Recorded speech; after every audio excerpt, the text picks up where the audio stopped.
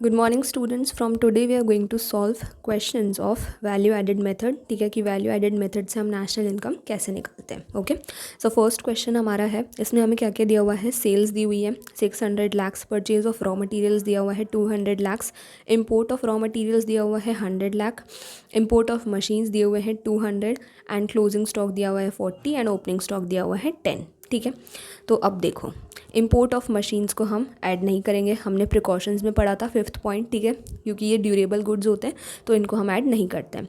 अब हमें यहाँ पे दो चीज़ें दी हुई है, परचेज ऑफ रॉ मटेरियल भी दिया हुआ है और इम्पोर्ट ऑफ रॉ मटेरियल भी दिया हुआ है। तो हमने पढ़ा था कि इम्पोर्ट ऑफ रॉ मटेरियल्स को हम ऐड नहीं करेंगे। क्यों?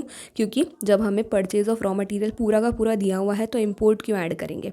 हम क्या मानेंगे कि इम्पोर्ट ऑफ रॉ मटेरियल्स की वैल्यू ऑलरेडी इंक्लूडेड है हमारे परचेज ऑफ रॉ मटेरियल्स में। ठीक है, अब क्वेश्चन को सॉल्व करते हैं। तो सबसे पहले क्या निकालेंगे, वैल्यू ऑफ आउटपुट। ठीक है, उसके बाद वैल्यू एडेड निकालेंगे। सो फर्स्ट हम क्या निकालेंगे, value of output.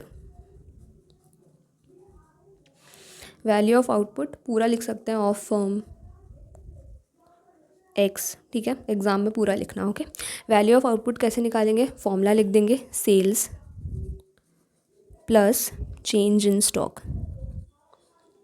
Change in stock. ठीक है, अब सेल्स मैं यहाँ ले लेती हूँ। ठीक है, sales plus change in stock कैसे निकालेंगे, क्लोजिंग स्टॉक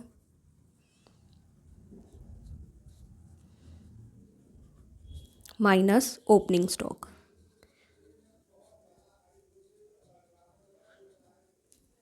ठीक है, चेंज इन स्टॉक यानी कि क्या हो जाता है, closing stock minus opening stock. चाहे तो ब्रैकेट भी बना सकते हैं।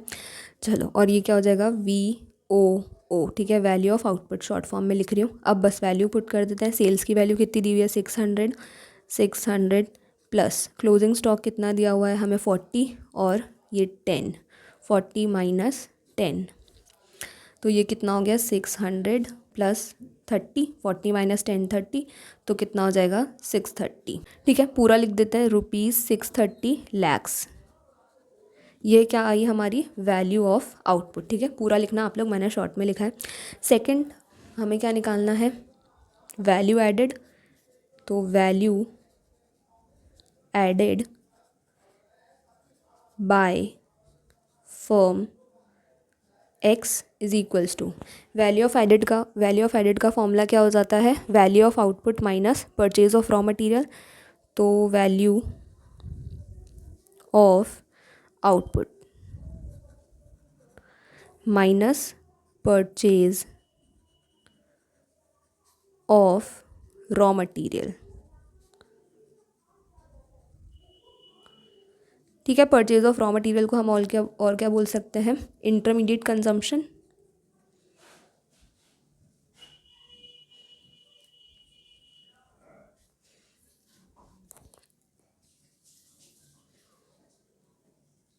ठीक है, तो फॉर्मूला क्या होता है, value of output minus intermediate consumption, और यहाँ पे हमारा इंटरमीडिएट कंजम्पशन क्या है, परचेज ऑफ रॉ मटेरियल। ठीक है, तो देख लेते हैं परचेज ऑफ रॉ मटेरियल कितना दिया हुआ है, 200 लैक्स।